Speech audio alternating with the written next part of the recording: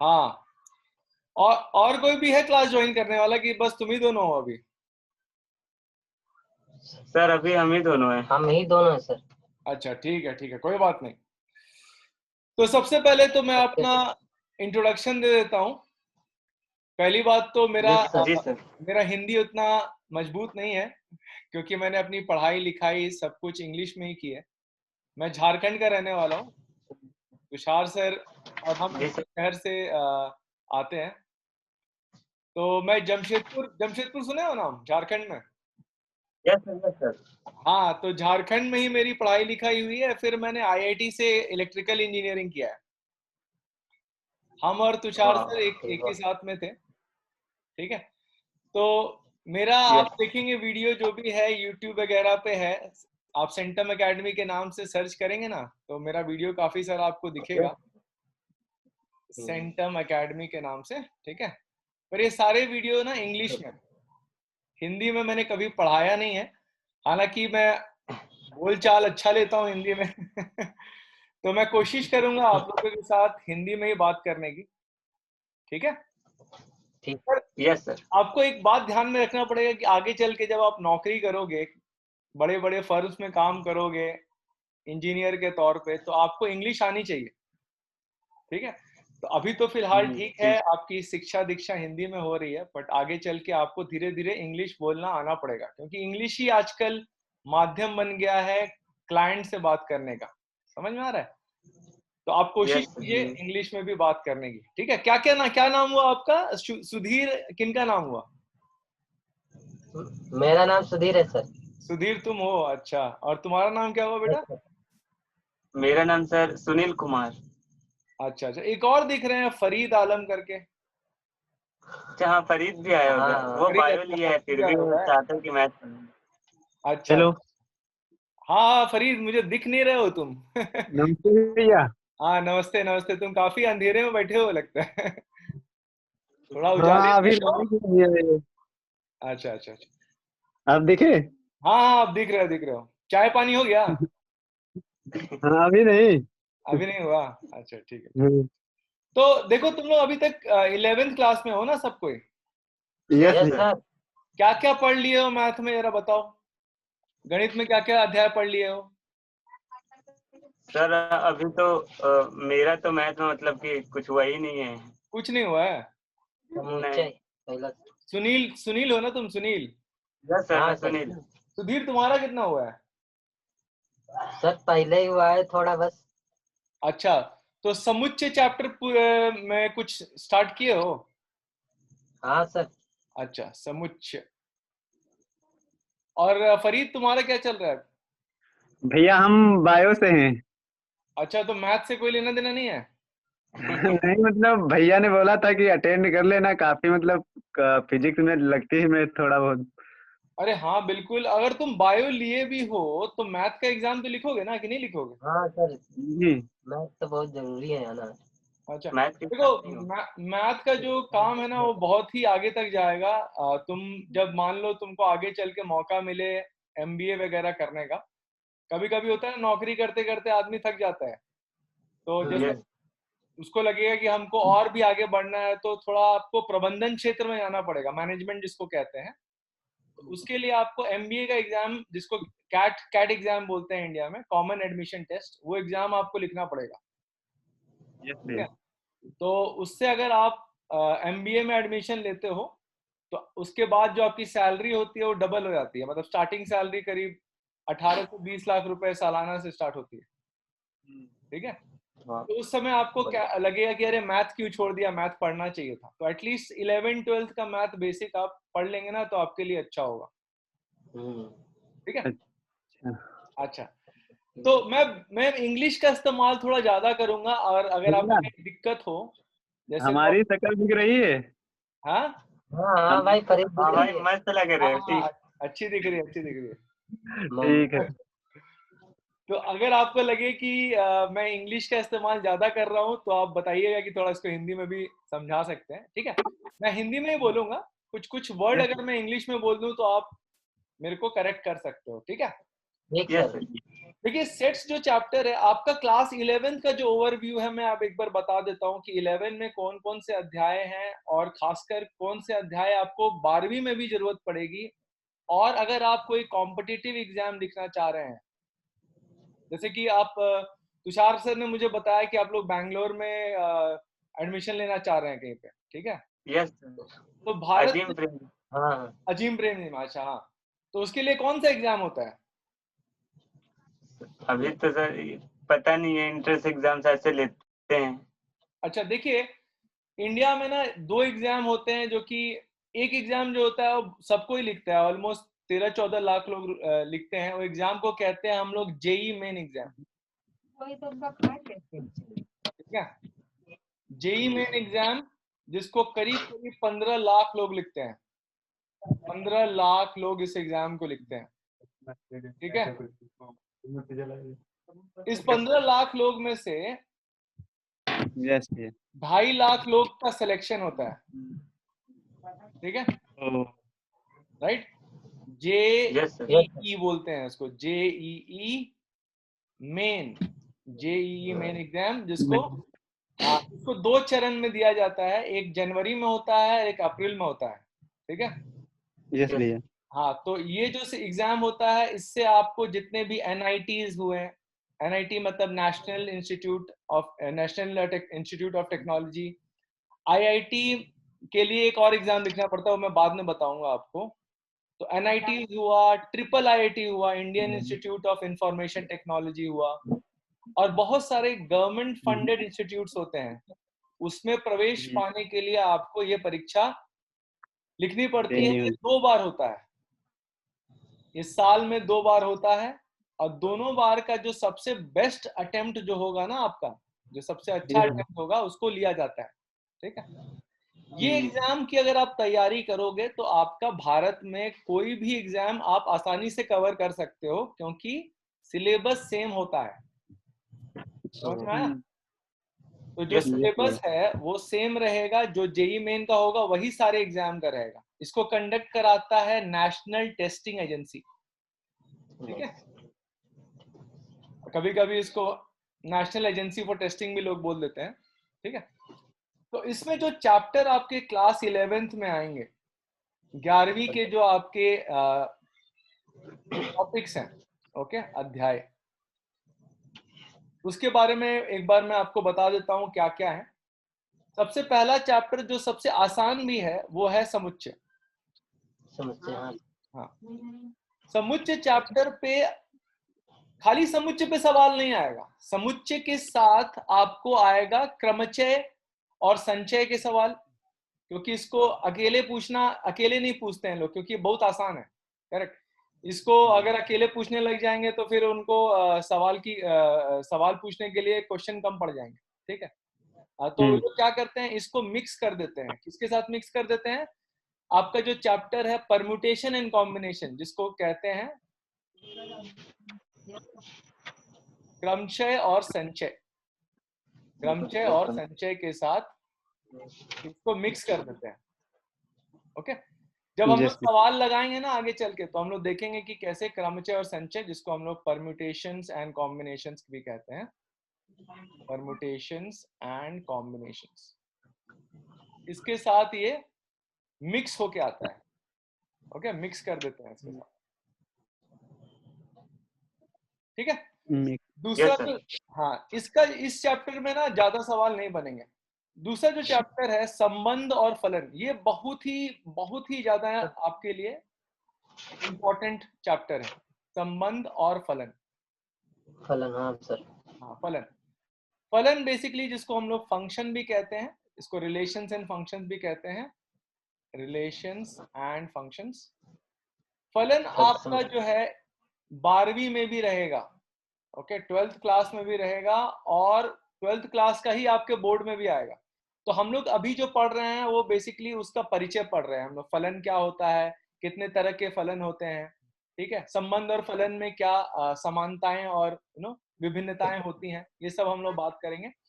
फलन के ऊपर ही आपका पूरा कैलकुलस चलेगा, समझ रहे हैं आप? कैलकुलस आपका क्लास 12th में रहेगा, उसमें आपका आएगा डेरिवेटिव, जिसको आप लोग ये बोलते हैं अवकलज डेरिवेटिव, ठीक है। आपको अवकलन। हाँ, आपको फिजिक्स में भी लगेगा ये डेरिवेटिव। फिर आपका हाँ इंटीग्रेशन आएगा।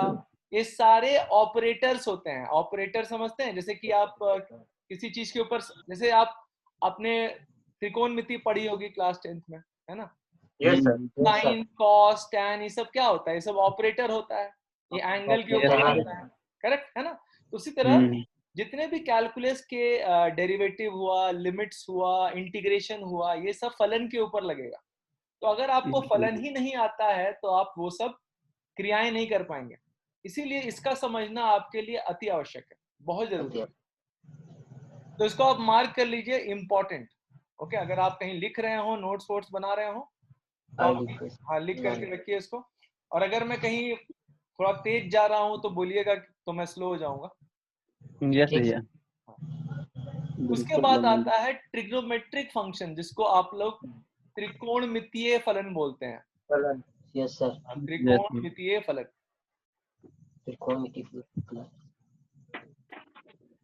Trigonometric function, also known as trigonometric function. तो जो आपने ट्रिग्नोमेट्रिक रेशियो पढ़ा था, उसी को हमने फलन के रूप में बदल दिया। फलन देखो क्या है, फलन एक मशीन है। मैथमेटिक्स में से मशीन का क्या काम होता है? मशीन में आप कुछ डालते हैं तो मशीन आपको कुछ फेंकता है, करेक्ट है ना।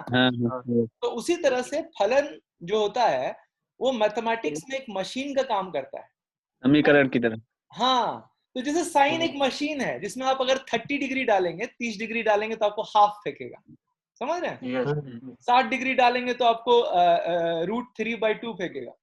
तो उसी तरह से त्रिकोणमिति का जो रेशियो है, अब उसको हम लोग फलन के तौर पे देखेंगे कि कैसे वो किसी इनपुट को प्रोसेस करके कोई आउटपुट फेंकता है। समझ में आ रहा है?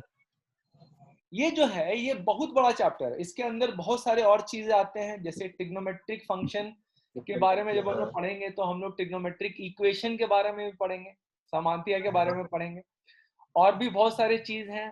ट्राइंगल से रिलेटेड, त्रिकोण से रिलेटेड बहुत सारे प्रॉपर्टीज हैं, उनके बारे में भी हम लोग पढ़ेंगे, जो कि काफी एग्जाम में पूछता है। जेई में तो खासकर बहुत पूछता है। हालांकि अभी हाल फिलहाल में सिलेबस को कम किया गया है, जिसमें बहुत सारे चीजों को निकाल दिया गया है, ठीक है। उसका भी हम लोग ध्यान रखेंगे। फिलहाल अभी जो नोटिफिकेशन आने वाला है इस साल का, उससे पता चल जाएगा कि जेई एग्जाम में इन्होंने कौन कौन से चीजें निकाल दी है। देखिए, जेई को ध्यान में रख के पढ़िए। अगर जेई को ध्यान में रख के पढ़िएगा तो अजीम प्रेमजी वाला कॉलेज आपका आराम से हो जाएगा। इनफैक्ट बोर्ड भी आपका आराम से हो जाएगा। तो थोड़ा अपना टारगेट थोड़ा हाई रखिए, है ना। टारगेट कम रखिएगा तो उसमें भी आप ठीक से नहीं कर पाइएगा, ठीक है। चौथा जो अध्याय है वो ज्यादा इंपॉर्टेंट नहीं है, जिसको हम लोग कहते हैं गणितीय आगमन का सिद्धांत, प्रिंसिपल ऑफ मैथमेटिकल इंडक्शन। गणितीय आगमन का सिद्धांत, आगमन का सिद्धांत, आगमन का सिद्धांत, principle of mathematical induction, PMI short form में इसको कहते हैं हम लोग। प्रिंसिपल में PLE लिखिएगा, ठीक है। PL मत लिख दीजिएगा, तो वो हो जाएगा आपका प्राचार्य, जिसको बोलते हैं ना, प्रधानाचार्य। हाँ, सही। Principle of mathematical induction. इसको थोड़ा मैं स्लाइड कर देता हूँ, मैथमेटिकल इंडक्शन। ये अगर आपने कभी ओलंपियाड वगैरह के बारे में सुने हो, कभी नहीं सुने हो? यस सर, गेम उसमें हाँ, ओलंपियाड का जो एग्जाम होता है, गेम नहीं, वो तो ओलंपिक्स हो गया। अच्छा। एक होता है मैथमेटिकल ओलंपियाड होता है, जो कि देश भर में कंडक्ट कराया जाता है। उससे फिर 400 लोग लिखते हैं रीजनल मैथमेटिकल ओलंपियाड, फिर उससे 50 लोग लिखते हैं इंडियन नेशनल मैथमेटिकल ओलंपियाड, फिर उससे 5 लोग जाते हैं इंटरनेशनल मैथमेटिकल ओलंपियाड। तो बहुत बड़ा एक सीरीज होता है, मैथ्स का कंपटीशन होता है, काफी देश प्रतियोगिता होती है। तो उसमें ये काफी पूछा जाता है। हालांकि आपके कॉम्पिटिटिव लेवल एग्जाम के पर्सपेक्टिव से, उसके नजरिए से ये इम्पोर्टेंट नहीं है, ठीक है। इस पे ज्यादा ध्यान देने की जरूरत नहीं है, पर हाँ इसको हम लोग सीखते चलेंगे। कभी कभी आपको जैसे मैट्रिक्स का चैप्टर आता है, मुझे मालूम नहीं कि मैट्रिक्स में क्या बोलते हैं हिंदी में, तो आगे चल के 12वीं में मैट्रिक्स चैप्टर आएगा। ज्यामिति, नहीं ज्यामिति तो ज्योमेट्री हुआ ना, तो एक मैट्रिक्स आता है, उसमें होता है इस्तेमाल। मैं आपको उसका हिंदी में बाद में बता दूंगा। 5वां जो चैप्टर है वो है रैखिक रैखिक रैखिक सर 5वां दूसरा है सर। हाँ सर 5वां हम लोग के बुक में लिखा समय संख्याएं और द्वितीय समीकरण।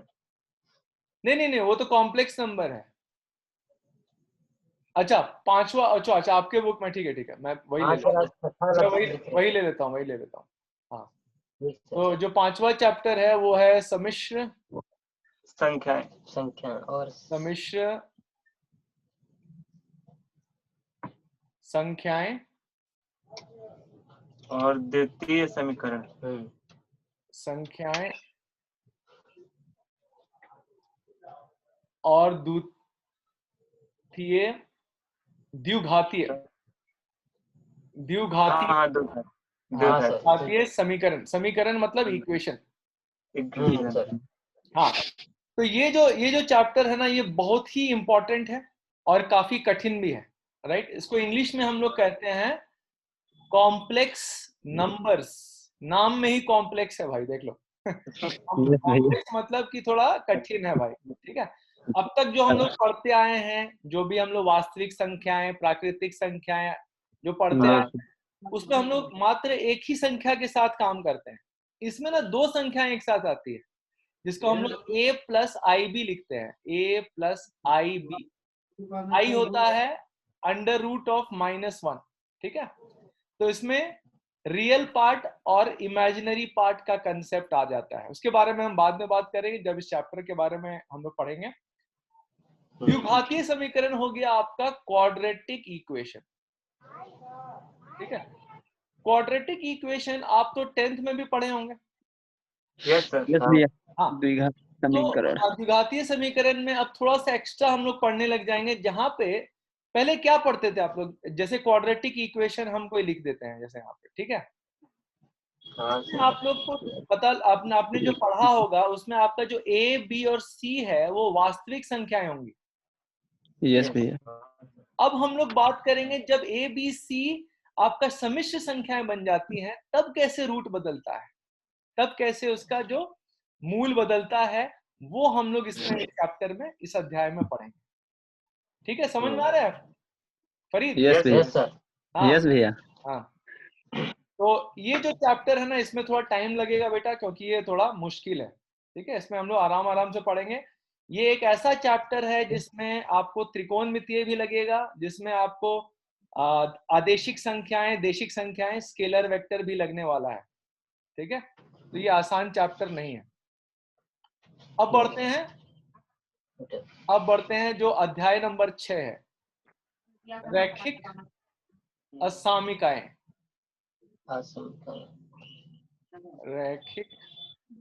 रैखिक मतलब लीनियर, असामिकाएं, असामिकाएं मतलब इनइक्वालिटी, ओके। इसको हम लोग लीनियर इनइक्वालिटी कहते हैं।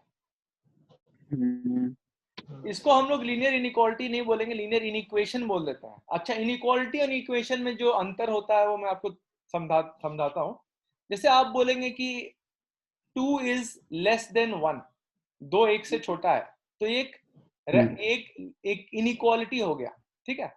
अगर इसी को हम अगर ये रूप दे दें, 2x - 1 लेस है x + 5 से। अब x का निकालिए मान यहाँ पे, यस, ये बन जाएगा लीनियर इनइक्वेशन। इनइक्वेशन में बेसिकली 2 वर्ड आते हैं, एक इक्वेशन आता है, एक इनइक्वेशन आता है। यहाँ पे इनइक्वेशन IN लिखना भूल गया, इनइक्वेशन, ठीक है।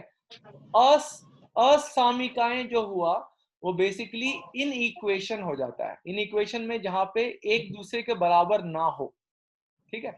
इसको जब हम लोग सॉल्व करते हैं, इसका जब हम लोग x का मान निकालते हैं तो इसको हम लोग कहते हैं कि हम लोग रैखिक असमीकाओं को सॉल्व कर रहे हैं, हल कर रहे हैं। ठीक है, ये जो चैप्टर है ये बेसिकली जो आपका कठिन चैप्टर आने वाला है उसका एक अंग होगा।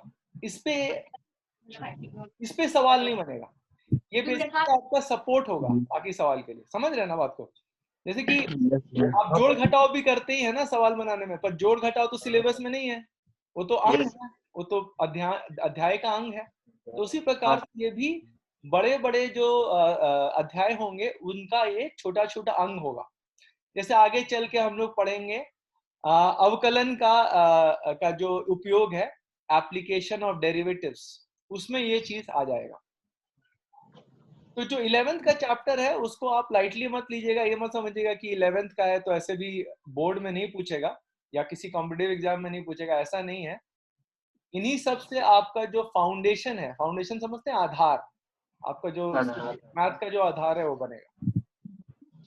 उसके बाद आता है जो चैप्टर हम बता रहे थे आपको स्टार्टिंग में, जिसमें सेट का इस्तेमाल होता है, क्रमचय और संचय। हाँ, ये थोड़ा च में थोड़ा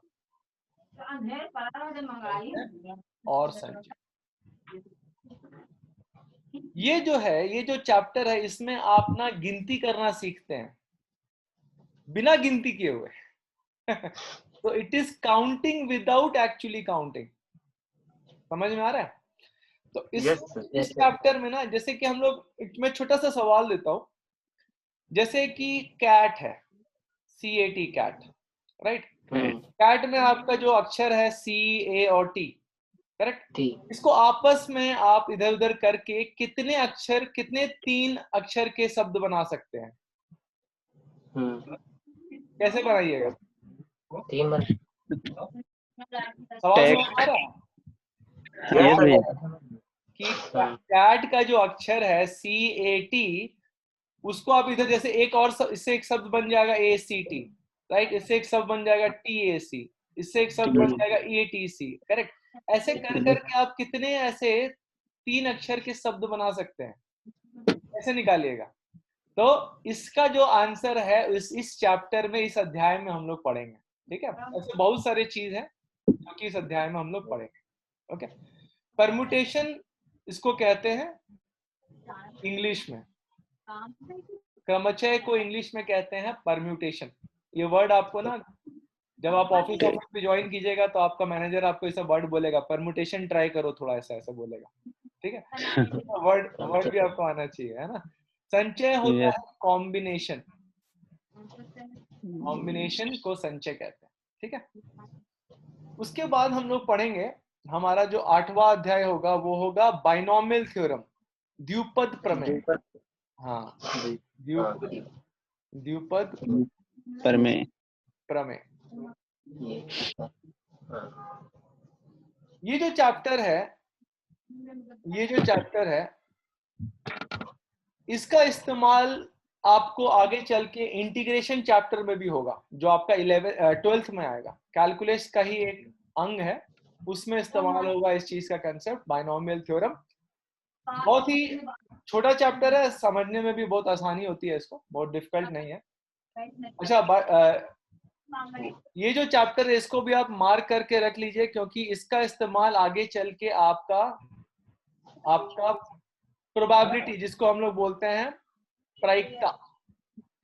हाँ, प्रायिकता, इसका अध्याय नंबर है शायद 16 नंबर अध्याय है, उसमें बहुत ज्यादा होने वाला है। ठीक है, प्रायिकता क्या होता है? Probability, chance. जैसे कि अगर आप कोई, हाँ, कितना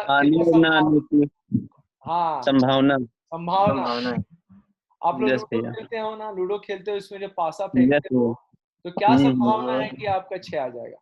6 आ जाएगा। हाँ, तो 1/6 होता है। ठीक है, तो उसमें एक होता है फेवरेबल इवेंट और एक होता है सैंपल स्पेस। फेवरेबल इवेंट में जो मतलब जो आप चाहते हैं, जिसको आप फेवर कर रहे हैं। ठीक है, भैया, और सिक्के में भी होता है ऐसा। हाँ, और एक सैंपल स्पेस। हेड टेल वाले वाले इवेंट में भी, एक्सपेरिमेंट में भी आपका प्रोबेबिलिटी का इस्तेमाल काफी होता है। ये आगे चल के डेटा साइंसेज में बहुत सारे फील्ड में प्रोबेबिलिटी का इस्तेमाल होता है। ताश की गड्डी में भी होता है। ताश की गद्दी में भी होता है, बिल्कुल सही बोला। ठीक है, आपका जो भी इंश्योरेंस का जो भी धंधा चल रहा है, सब इसी आधार पे होता है। ठीक है, तो अगर आप ये सब सीखोगे, मन लगा के सीखना, क्योंकि ये इसको कभी भी ना शॉर्ट टर्म के जैसा मत देखना कि भाई पढ़ लिया खत्म, मतलब एग्जाम लिख लिया खत्म, नहीं, इसका इस्तेमाल आपको आगे भी होता रहेगा, राइट? पूरे जीवन में होता रहेगा। पूरे जीवन में होता रहेगा। इसलिए जब भी पढ़ना ना, जब भी पढ़ना तो ठोस पढ़ना, आधा अधूरा कभी भी पढ़ाई मत करना। अगर आपको जेईई जैसा एग्जाम निकालना है तो आपका जो बेस होना चाहिए वो बहुत स्ट्रांग होना चाहिए, आपको कोई चैलेंज नहीं कर सके उस चीज। समझ में आ रहा है? Yes sir. हाँ, तो उसके बाद हम लोग 9वें अध्याय पे चलते हैं, अनुक्रम तथा श्रेणी। अनुक्रम तथा श्रेणी, इसमें 2 पार्ट है, अनुक्रम और श्रेणी।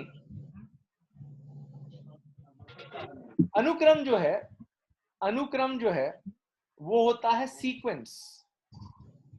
ओके, सीक्वेंस क्या होता है? जब भी आप किसी चीज में कोई पैटर्न या रूल देखते हो, पैटर्न मतलब समझते हो ना कि एक पैटर्न आता है। तो जैसे कि आप फिबोनाची सीक्वेंस के बारे में सुने ही होंगे, 1 1 2 3 5 8 13।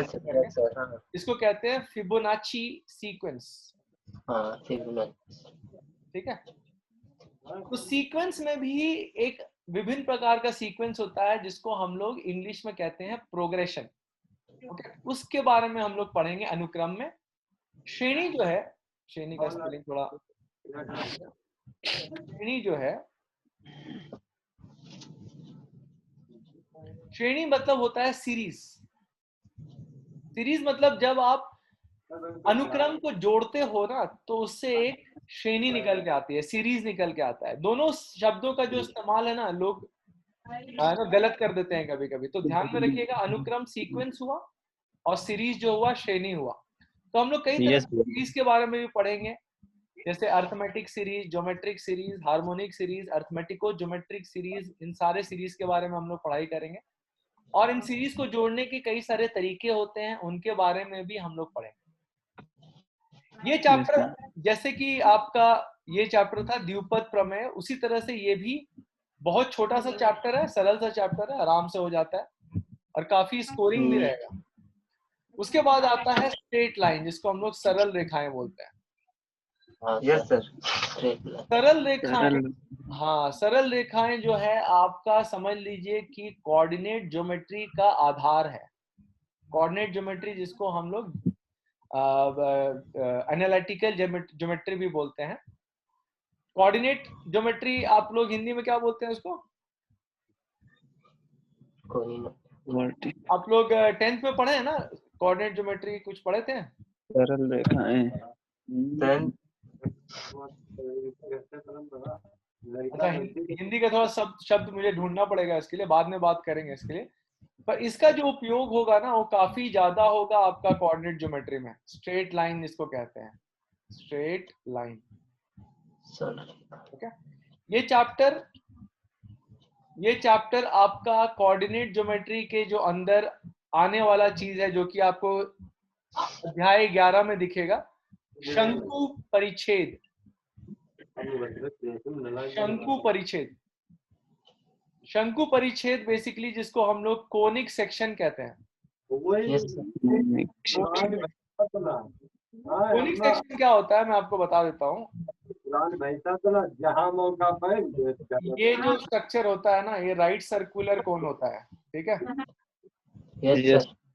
ओके, जब इसको किसी प्लेन से काटा जाता है, ऐसा कोई सर्कल से काटा जाता है, करेक्ट? इसको अगर मान लीजिए किसी सतह से काट दिए ऐसे करके, यस यहाँ पे जो आपका चीज जनरेट होगा, जैसे ये जो चीज यहाँ पे आपको दिखेगा ना, ऊपर से अगर आप देखोगे, ठीक है, ऊपर तो से खोखला आपको एक दिखेगा, सर्कल टाइप का दिखेगा। यस भैया, सर्कल दिखेगा। अगर हम इसी को थोड़ा सा और एंगल में काटें, मान लीजिए कि हम इसको ऐसे काट दिए, ऐसे काट दिए, थोड़ा सा टेढ़ा काट दिया, ठीक है? यस भैया, थोड़ा सा काटने पे ना आपको दिखेगा कि यहाँ पे एक ऐसा सरफेस दिखेगा, इसको हम लोग कहते हैं इलिप्स। हाँ, इलिप्स को हिंदी में मैं बताऊंगा जब मैं बात करूंगा शंकु परिच्छेद के बारे में। परवलय, अतिपरवलय, यस हाँ, तो ये सब चीज हम लोग इसके अंदर पढ़ेंगे। तो ये सारे चीजों का जो स्टार्टिंग पॉइंट है, स्टार्टिंग होगा वो उसी सरल रेखाएं से होगा। तो सरल रेखाएं में आप बहुत सारी चीजें पढ़ेंगे, डिस्टेंस फॉर्मूला पढ़ेंगे, सेक्शन फॉर्मूला पढ़ेंगे, वो सब इनसे 10वें चैप्टर अध्याय से स्टार्ट होगा। 12वां अध्याय आपका है त्रिविमीय ज्यामिति का परिचय। त्रिविमीय ज्यामिति का परिचय, इसको हम लोग इंग्लिश में बोलते हैं इंट्रोडक्शन टू 3D ज्योमेट्री। हाँ, परिचय मतलब इंट्रोडक्शन, जैसे हमने अपना परिचय दिया आपको, आपने अपना परिचय दिया हमको, वही होता है। आपको इंट्रोडक्शन है, तो भाई इंट्रोडक्शन क्यों है? क्योंकि अभी आप सरल रेखाएं और शंकु परिच्छेद से आप 2D ज्योमेट्री पढ़ रहे हैं। 2D क्या होता है? 2 डायमेंशनल। हाँ, तो जिसमें आपको 2 डायमेंशन का ही जरूरत पड़े, जैसे आपका मोबाइल का स्क्रीन 2D स्क्रीन हुआ है ना, ठीक है। तो अगर हम उसको 3D में देखेंगे, जिसमें मान लीजिए कोई आपका बॉक्स बन के आ रहा हो, जैसे ऐसे करके एक बॉक्स बन के आ रहा हो, यस भैया, ठीक है। तो जब हम लोग इस बॉक्स के बारे में, जैसे इसके बिंदु के बारे में पढ़ेंगे, तो हमको जरूरत पड़ेगी 3 डायमेंशन की। 2 डायमेंशन से काम नहीं चलेगा। आजकल आप देख रहे होंगे कि बहुत सारे जो कैमरा भी बन रहे हैं, वो 3D कैमरा बन रहे हैं, ठीक है। यस भैया, हाँ, 2D कैमरा अब चला गया, अब लोग ऑकुलस पहन के 3D में सब कुछ देख रहे हैं, ठीक है। तो वो सारी चीजों का जो स्टार्टिंग होगा वो यहीं से होगा, जहाँ पे आप पढ़ेंगे 3D हाँ, 3D ज्यामिति कैसे दिखती है, कैसे कोऑर्डिनेट डिफाइन होता है, कौन कौन से सतह होते हैं, ठीक है। वो सब हम लोग इस चैप्टर में बात करेंगे। ये चैप्टर आपका आगे चल के 12वीं में बहुत बड़ा चैप्टर बनने वाला है, जहाँ पे आप समीकरण देखेंगे, सतह का समीकरण देखेंगे, रेखाओं का समीकरण देखेंगे, जो कि 3D में होता है, ठीक है। तो इसको आप मार्क कर लीजिए, ये बहुत इंपॉर्टेंट बनने वाला है आगे चल के। ठीक, तो जो जो हम चैप्टर मार्क कर रहे हैं जा रहे हैं ना, वो सब आपको थोड़ा और ध्यान लगा के पढ़ना है, क्योंकि आगे भी आने वाला है, यहीं पे खत्म नहीं होगा। यस भैया। फिर आता है सीमा और अवकलज। हाँ, जिसको हम लोग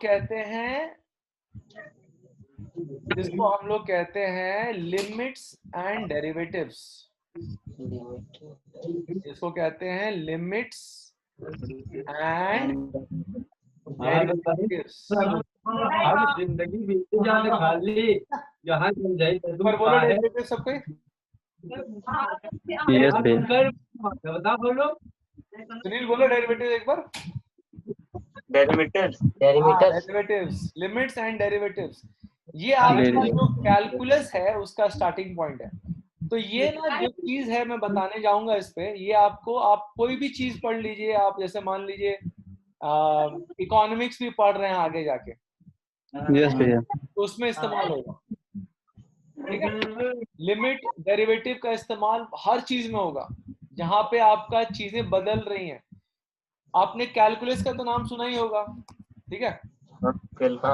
हाँ, कैलकुलस की जो खोज है वो न्यूटन ने की थी, न्यूटन और लेबनीज एक जर्मन मैथमेटिशियन था, दोनों ने की थी। न्यूटन ने इसकी खोज कैसे की थी? न्यूटन को ना पैसा दिया गया था, एक एस्ट्रोनॉमी का एक आदमी था, जिसका नाम है हेली, एडमंड हेली नाम का वो आदमी था। तो उसने बोला था कि भाई, जब ये दो तीन प्लैनेट आते हैं ना आपस में, उनके बीच जो फोर्स होता है, फोर्स को क्या बोलते हैं उसको? गुरुत्वाकर्षण बल। हाँ, गुरुत्वाकर्षण जो होता है वो कैसे बदलता है उनके बीच का जो दूरी है उसके हिसाब से।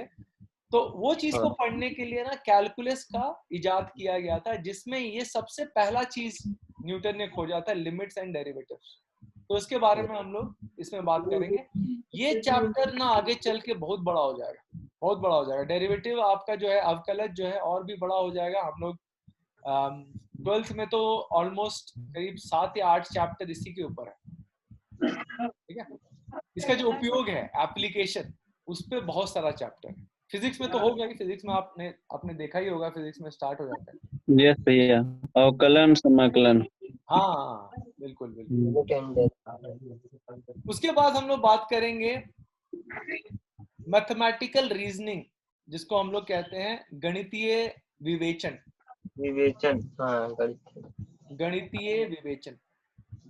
गणितीय विवेचन बेसिकली आपका ना, जो एक चैप्टर था जो मैंने आपको बताया था, गणितीय आगमन का सिद्धांत, उससे काफी मिलता जुलता है, ठीक है।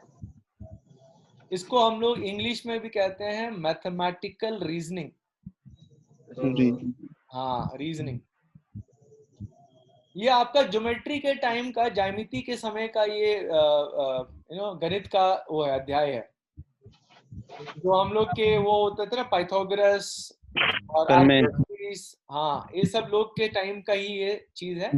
ये ज्यादा इंपॉर्टेंट नहीं है। इससे एक सवाल आपका जेईई मेन में पूछता है, एक सवाल, मात्र एक सवाल आता है, तो इसको ज्यादा ध्यान से पढ़ने की जरूरत नहीं है। 15वां अध्याय है सांख्यिकी। सांख्यिकी, जिसको हम लोग स्टैटिस्टिक्स बोलते हैं। इस पे भी एक सवाल आता है, ठीक है, इसमें भी एक सवाल आता है। और ये भी चैप्टर उतना इम्पोर्टेंट नहीं है कॉम्पिटिटिव लेवल एग्जाम के हिसाब से, ठीक है।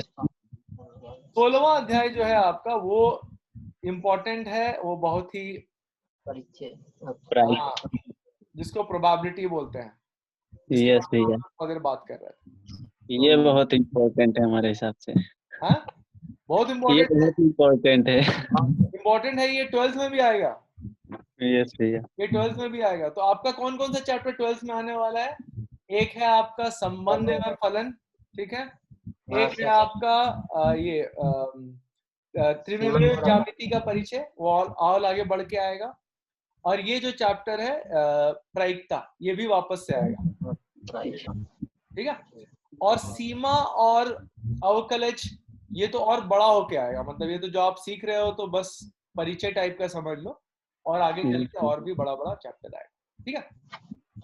अच्छा, तो आज हम लोग चालू करेंगे, आज हम लोग स्टार्ट करेंगे समुच्चय से। हाँ, तो समुच्चय के बारे में आप क्या जानते हो?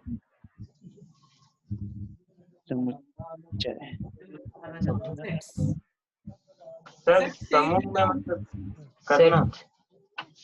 सेट कहाँ देखते हो? सोफा सेट है ना, सोफा सेट हुआ, कटलरी का सेट हो जाता है कभी कभी, ठीक है।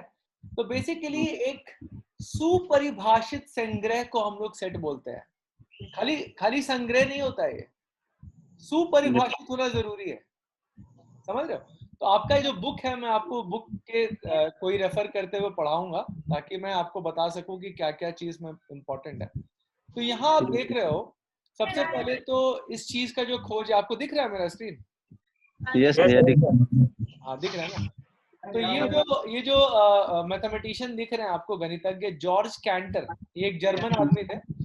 ये जब ट्रिग्नोमेट्री, त्रिकोणमितीय का जो श्रेणी है, उसको जब ये हल कर रहे थे, उस टाइम पे उनको समुच्चय की जरूरत पड़ी थी, ठीक है। उसके बाद इन्होंने बहुत शोध किया उस पे। आज जो डिस्क्रीट मैथमेटिक्स होता है, अगर आप आगे चल के और भी मैथमेटिक्स पढ़ेंगे, डिस्क्रीट मैथमेटिक्स में समुच्चय का इस्तेमाल बहुत ज्यादा होता है, जो कि आजकल के कंप्यूटर इस्तेमाल करते हैं, ठीक है। तो ये सब जो चीज हम लोग पढ़ रहे हैं, आगे चल के जब आप बड़े बड़े इंजीनियर बनोगे और भी घुसोगे विज्ञान के अंदर, तो आपको पता चलेगा कि जो हम लोगों ने 11वीं में पढ़ा था समुच्चय चैप्टर, उसी का इस्तेमाल हो रहा है, ठीक है।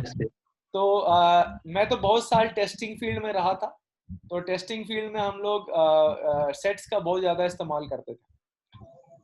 तो इसका जो इस्तेमाल है, इसका जो परिभाषा है आपको यहाँ से दिखेगा, आप इसको नोट डाउन कर लें। एक सुपरिभाषित संग्रह है ये, जिसको हम लोग कहते हैं well defined collection. Well defined, सुपरिभाषित, ये बहुत जरूरी वर्ड है। संग्रह, संग्रह मतलब कलेक्शन। तो किसी भी कलेक्शन को हम लोग सेट नहीं कह सकते हैं, वो सुपरिभाषित होना चाहिए। सुपरिभाषित मतलब वो उसमें कोई डाउट नहीं होना चाहिए कि भाई ये सुपरिभाषित है कि नहीं। जैसे कि मैं आपको कुछ उदाहरण के तौर पे बोलता हूँ कि मान लीजिए सारे नदियां, देश की सारी नदियां का जो संग्रह है, क्या ये सेट कहलाने लायक है, क्या ये समुच्चय कहलाने लायक है? इसका उत्तर होगा हाँ, राइट। कभी तो ये डाउट नहीं होता है ना कि कभी कि नदी है कि नहीं है। हम लोग को मालूम है कि ये सब नदी है, गंगा नदी है, कृष्णा नदी है, गोदावरी नदी है, तप्ती नदी है। ये सारी नदी का जो संग्रह है ये सुपरिभाषित है, इसमें कोई डाउट नहीं है। अब डाउट कहाँ आता है? जैसे कि अब मैं बोलूं कि आपके शहर में जितने भी चालाक लड़के हैं उनका संग्रह, तो आप बोलोगे सर चालाक मतलब क्या हुआ? चालाक तो आप परिभाषित कीजिए, क्या मैं चालाक चाहता हूँ? तो ये सुपरिभाषित नहीं हुआ। तो ऐसे संग्रह को आप समुच्चय नहीं बोलेंगे, समझ में आ रहा है? जैसे कि अगर मैं उदाहरण के तौर पे बोलूं कि देश की खूबसूरत लड़कियां, अब आप खूबसूरत किसको कहते हो? राइट, मेरे लिए तो मेरी माँ बहुत खूबसूरत है, ठीक है। ये हो सकता है कोई और हो, तो वो क्या वेल डिफाइंड है? वो क्या सुपरिभाषित है? नहीं, ठीक है। तो ऐसी चीजों को हम लोग समुच्चय की श्रेणी में नहीं लाएंगे, ठीक है। अब मैथ्स के तर्ज पे बात करें तो आप कहाँ देखते हो सुपरिभाषित संख्याएं? प्राकृतिक संख्याएं, वास्तविक संख्याएं, ये सब सारे सुपरिभाषित है, इसमें कोई डाउट नहीं है, इसमें कोई दो राय नहीं है। जहां आपको लगे कि हाँ भाई यहाँ पे थोड़ा कंफ्यूजन हो रहा है हमको कि ये सुपरिभाषित है कि नहीं, जैसे खतरनाक जानवरों का समूह। अब खतरनाक क्या हुआ? हमको तो बकरी से डर लगता है, तो शेर चीता से भी नहीं लगता है, लोग बांध के घूमते हैं घर में। मतलब भैया जो मतलब क्लियर ना हो बात, मतलब उसको नहीं बोल सकते नहीं, करेक्ट, सही बात बोल रहे हैं, ठीक है। जहां पे आपको डाउट नहीं हो कि भाई ये परिभाषित, इसके परिभाषा में मेरे को संदेह हो रहा है, वहां आपको आप समुच्चय नहीं बोलेंगे, ठीक है। अब यहाँ जो एग्जाम्पल आपको दिए गए हैं ये आपको रोजमर्रा में गणित में आपको दिखते रहेगा, जैसे नेचुरल नंबर, प्राकृतिक संख्याएं, पूर्णांक इंटीजर, परिमेय रैशनल नंबर, रियल नंबर वास्तविक संख्याएं, पॉजिटिव इंटीजर घन पूर्णांक, ठीक है। ये सब वेल डिफाइंड है, इसके डेफिनेशन में कभी किसी को डाउट नहीं आएगा, ठीक है। अब जो सेट होता है, जो समुच्चय होता है, उसको सबसे पहले दर्शाते कैसे हैं वो आप सीख लीजिए।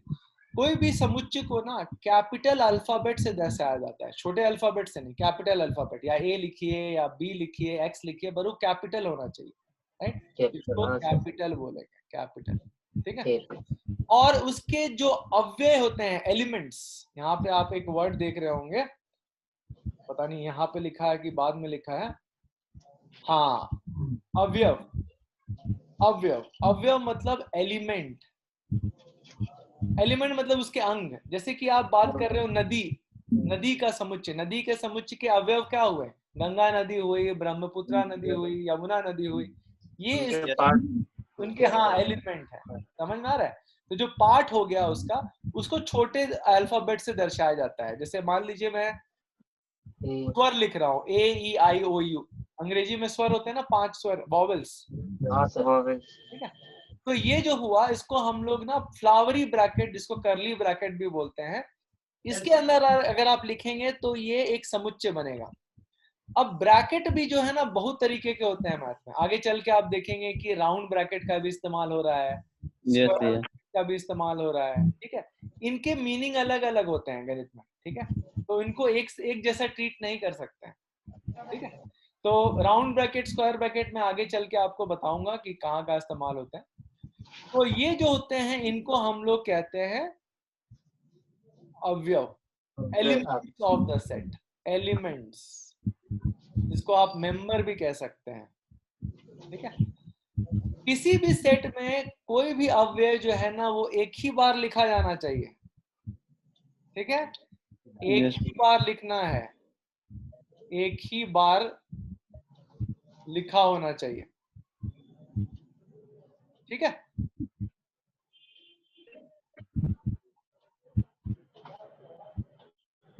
जैसे कि मैं बोलूं मेरा जो नाम है अखिल कुमार, ठीक है, अखिल Yes. कुमार मेरा नाम है। अगर मैं बोलूं कि मेरे नाम के अक्षरों का एक सेट बनाइए, ठीक है, तो आप कैसे बनाओगे? जैसे मान लो सेट का नाम दे दिए एक्स, ये फ्लावरी ब्रैकेट लिखे, ठीक है। अब जितने भी अक्षर हैं, चाहे वो एक बार हो, चाहे वो 10 बार हो, चाहे वो 100 बार हो, लिखा जाएगा एक ही बार। समुच्चय में एक ही बार लिखेंगे। तो ए देखिए कि हम मेरे नाम में 2 बार हुआ, तो हम एक ही बार लिखेंगे। के भी देखेंगे तो मेरे नाम में 2 बार हुआ, तो के भी एक ही बार लिखेंगे, ठीक है। फिर एच आएगा, फिर आई आएगा, फिर एल आएगा, फिर आर आएगा, फिर एम आएगा, ऐसे होगा, ठीक है। तो अगर मेरे नाम के अक्षरों का अगर आप एक समुच्चय बनाएंगे तो आप ऐसे लिखोगे उसको, ठीक है। अब यहाँ पे ना जो इसका ऑर्डर होता है वो कहीं भी हो सकता है, ऐसा नहीं कि ए को पहले ही आना है फिर के आए, आप कहीं भी इसको लिख सकते हो, ठीक है। यहाँ पे जो उसका क्रम होता है, क्रम जो होता है वो इम्पोर्टेंट नहीं होता है, इम्पोर्टेंट नहीं होता है, नहीं होता है, समझ रहे हो? आगे चल के आप पढ़ोगे ऑर्डर्ड पेयर, उसमें क्रम आपका इंपॉर्टेंट हो जाएगा, बट समुच्चय में जो आप अव्यय का क्रम होता है वो इंपॉर्टेंट, मतलब समझ रहे हो ना, जरूरी नहीं होता है, ठीक है। कुछ कुछ शब्द मेरे मुंह से इंग्लिश का निकल जाएगा, तो उतना तो आप समझ ही लोगे, है ना? ना, ठीक है।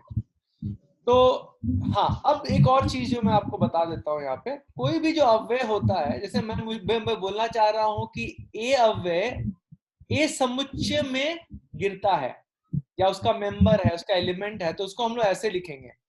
ए, इस सिंबल को हम लोग एप्सिलन सिंबल बोलते हैं, एप्सिलन, एप्सिलन, एप्सिलन।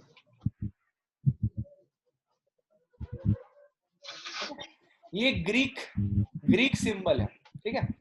तो हम लोग बोलेंगे कि जो ए अव्यय है it belongs to A, English में बोलेंगे A belongs to set A, ठीक है। एप्सिलन सिंबल का इस्तेमाल होगा। अगर मान लो कोई अव्यय किसी समुच्चय के अंदर नहीं आता है, अंतर्गत नहीं आता है, जैसे मान ले कि यहाँ पे एक्स नहीं है या डब्ल्यू नहीं है, ठीक है, तो हम लोग ऐसे लिखेंगे डब्ल्यू एप्सिलन, लिख के काट दीजिएगा उसको। काट देने का मतलब है कि उसमें नहीं गिरता है, समझ में आ गया, ठीक है। तो हम अगर पूछेंगे कि बताइए यू बिलोंग्स टू ए, ये ट्रू है कि फॉल्स है, ये सत्य है कि असत्य है, तो क्या बोलिएगा? ट्रू है सर। ट्रू है, ट्रू है, सही बात है। अगर मैं बोलूं एक्स बिलोंग्स टू ए, ये ट्रू है कि फॉल्स है, क्या बोलिएगा? फॉल्स है, क्योंकि इसमें नहीं गिरता है, ठीक है। तो ये आपका हो गया बिलोंग्स टू वाला, ठीक है, ये भी आपको यहाँ पे बताया गया है। अच्छा, अब दो तरीके से हम लोग समुच्चय को रूपांतरित करते हैं। एक कहते हैं रोस्टर फॉर्म, जिसको हम लोग सारणीबद्ध रूप भी कहते हैं, रोस्टर फॉर्म, और एक होता है समुच्चय निर्माण फॉर्म। चलिए मैं उसके बारे में यहाँ पे डिस्कस कर देता हूँ। जो समुच्चय का हम लोग निरूपित करते हैं, तो दो तरीके से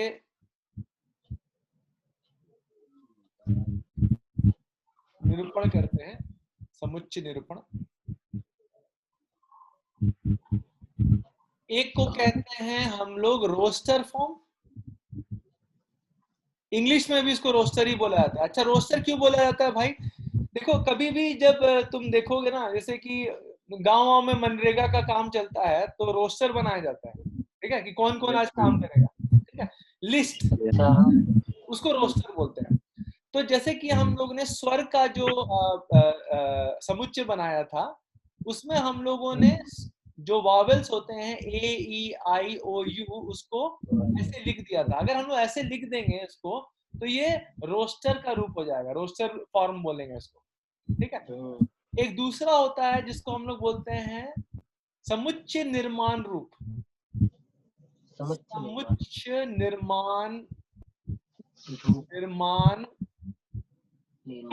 निर्माण रूप, इसको इंग्लिश में कहा जाता है सेट बिल्डर फॉर्म। बिल्डर मतलब समझ रहे हो ना, बिल्ड करना, बनाना। तो कभी कभी क्या होता है ना कि समुच्चय के जो अव्यय हैं उनको लिखना बहुत मुश्किल हो जाता है। जैसे मैं बोलूं कि भाई मेरे को एक समुच्चय बना के दो जिसमें 1000 प्राकृतिक संख्याएं हैं, 1 से लेके 1000 तक। क्या तुम बैठ के लिखते रहोगे उसको? 1 2 3 1000 तक लिखोगे नहीं, ये तो बहुत बड़ा हो जाएगा, कॉपी से बाहर निकल जाएगा, है ना।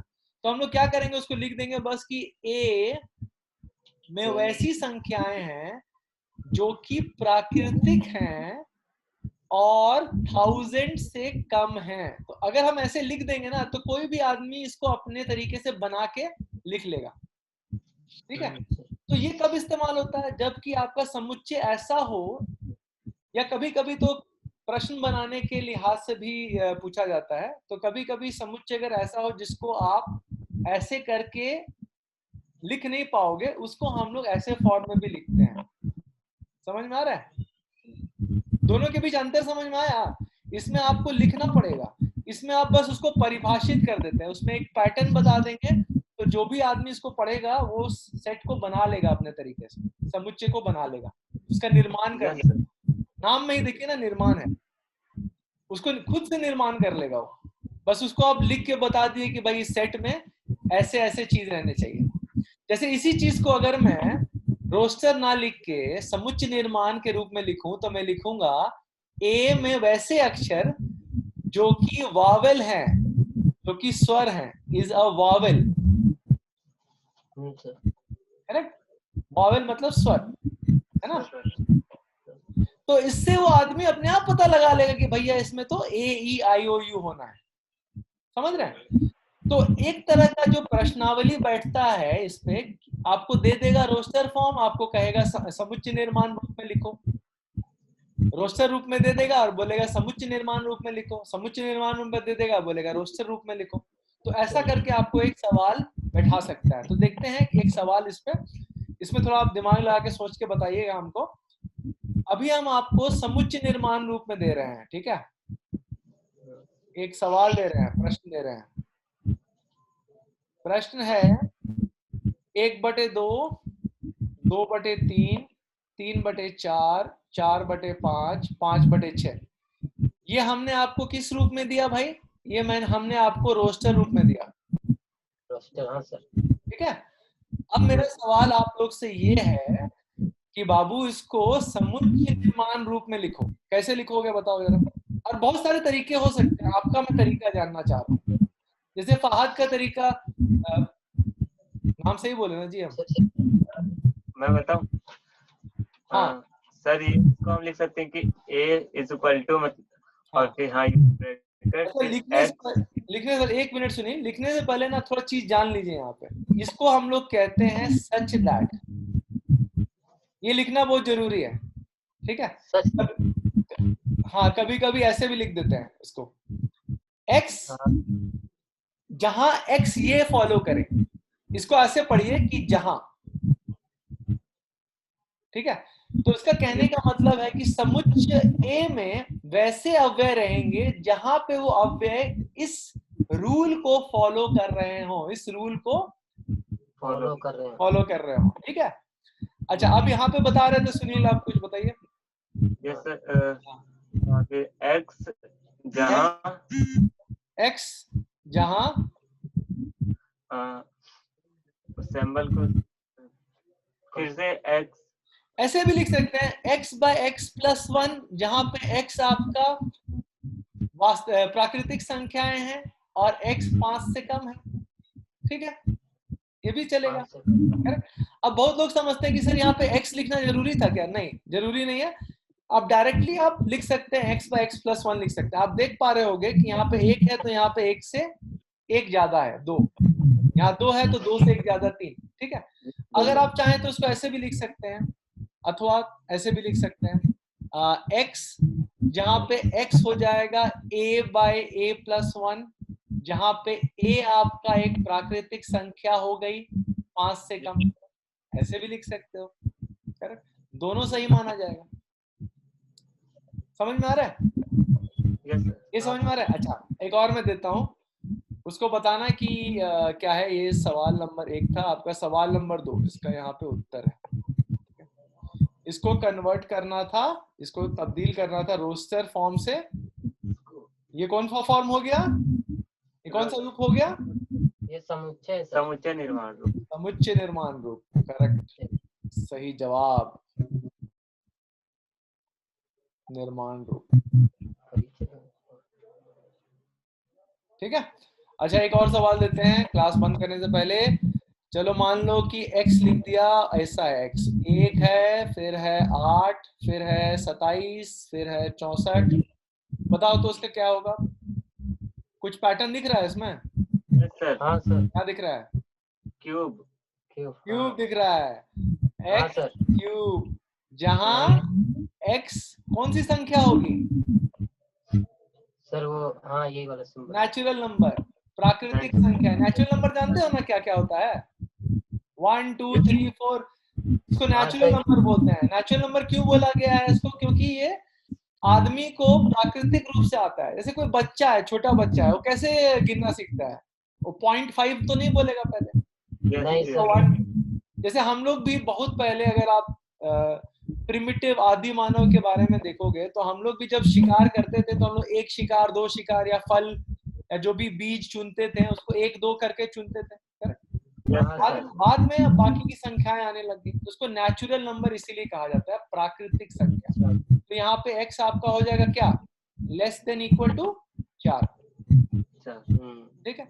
तो आपको दोनों तरीके से सवाल पूछा जा सकता है। आपको दे देगा रोस्टर रूप, बोल देगा कि समुच्चय रूप बताओ, रोस्टर रूप बता देगा, उसको बोलेगा उसको समुच्चय निर्माण रूप में लिखो। ठीक है, या आपको समुच्चय निर्माण देके बोलेगा रोस्टर रूप में लिखो। ठीक है। अच्छा, एक तुरंत सा सवाल कर लेते हैं जल्दी से। y एक समुच्चय है जिसको मैं ऐसे परिभाषित कर रहा हूं। मान लीजिए इसमें है